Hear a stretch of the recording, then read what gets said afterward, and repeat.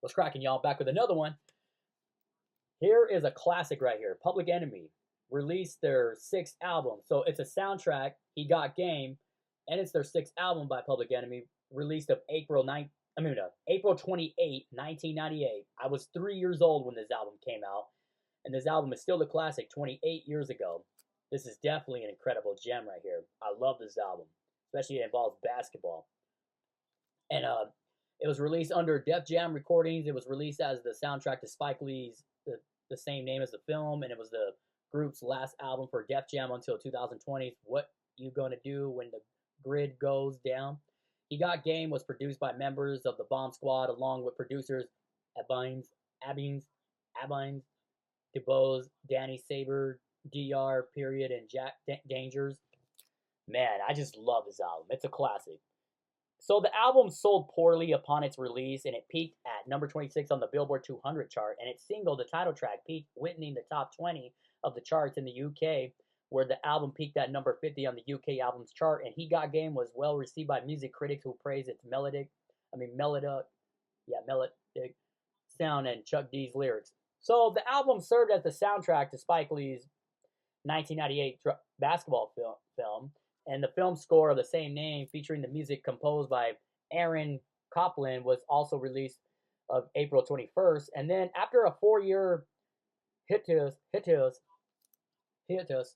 by the group, Professor Griff and the Bomb Squad reunited with Public Enemy for the album, which features political sports derived imagery by Chuck D. According to the critic Armand White, He Got Game uses basketball as a metaphor for the essence of black male aspiration, disproving the film's suggestion of the b-ball as an easy passport out of the ghetto. Public Enemy challenge trite assumptions about black luck and skill, and the album's production features backup female vocals, church-like chorales, austere beats, strings, and funk samples. The title track overtly interpolates Buffalo Springfield's 1966 song For What It's Worth, and its vocalist Stephen Stills makes an appearance on the song. It was released as He Got Game's only single in May of '98.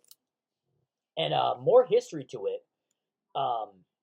He Got Game debuted at number 26 on the Billboard 200 chart on May 11th of '98 and sold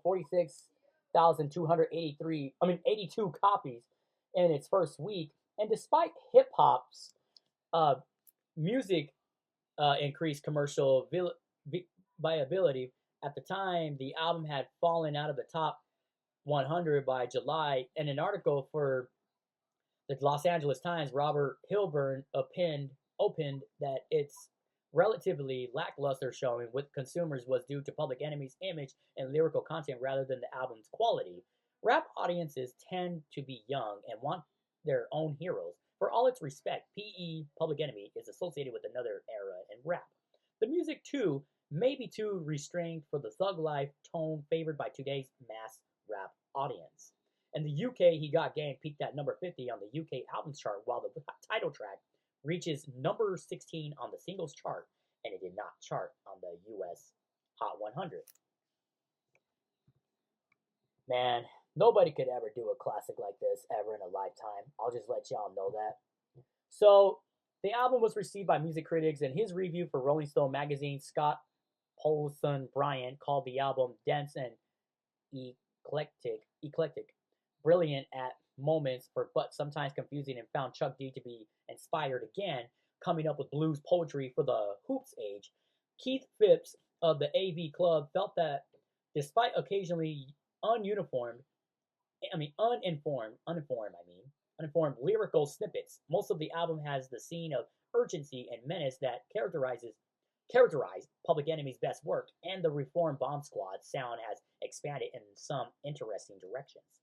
In his review for the Chicago Sun-Times, Jim DeRogatis called He Got Game as hard-hitting as anything Public Enemy has done, and said that the group nods to current tastes with more melodic hooks and less white noise than it has offered in the past. Music critic Robert Christo credited Chuck D for realizing the soundtrack concept and viewed that although only the Danny Saber and Jack Dangers produced Go Cat Go resembles the stressful speed of classic Public Enemy, the hooks are appropriated subtly, and brilliantly. And Chris Dog named it the eighth best album of the year in his list for the Village Voice Paz and Jop Critics poll.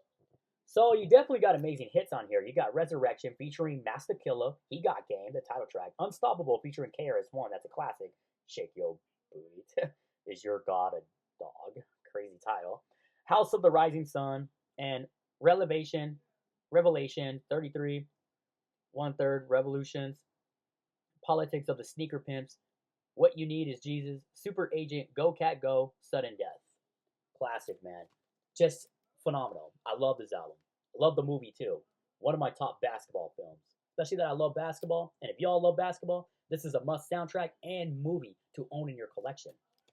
That's why I would like to get those Air Jordans that Denzel wore. The original, the white and the black. Which I already did show in my other video. I have the same model, but it's in the red and white. But which is cool. I love that one too. I just want to get all the colorways, man. I'll get them all. All Jordans. Everything Jordans. Even my Kobe's. Any cool sneaker, you know. You already know the dealie, you know. For real. Y'all know the dealie. But this is a classic, though. I love it. As y'all see that sticker, respect the classics. What is your favorite song off this classic? Don't forget to hit that like and subscribe and comment and follow your boy, and I will be glad to return. God bless and stay safe. If you don't have the soundtrack, go look for it and bump it on your turntables. Peace, y'all. Crazy that I was 3 years old. I was a 3-year-old baby when this album came out. Still a classic, man. I love this album. This is an incredible, phenomenal, all above and beyond.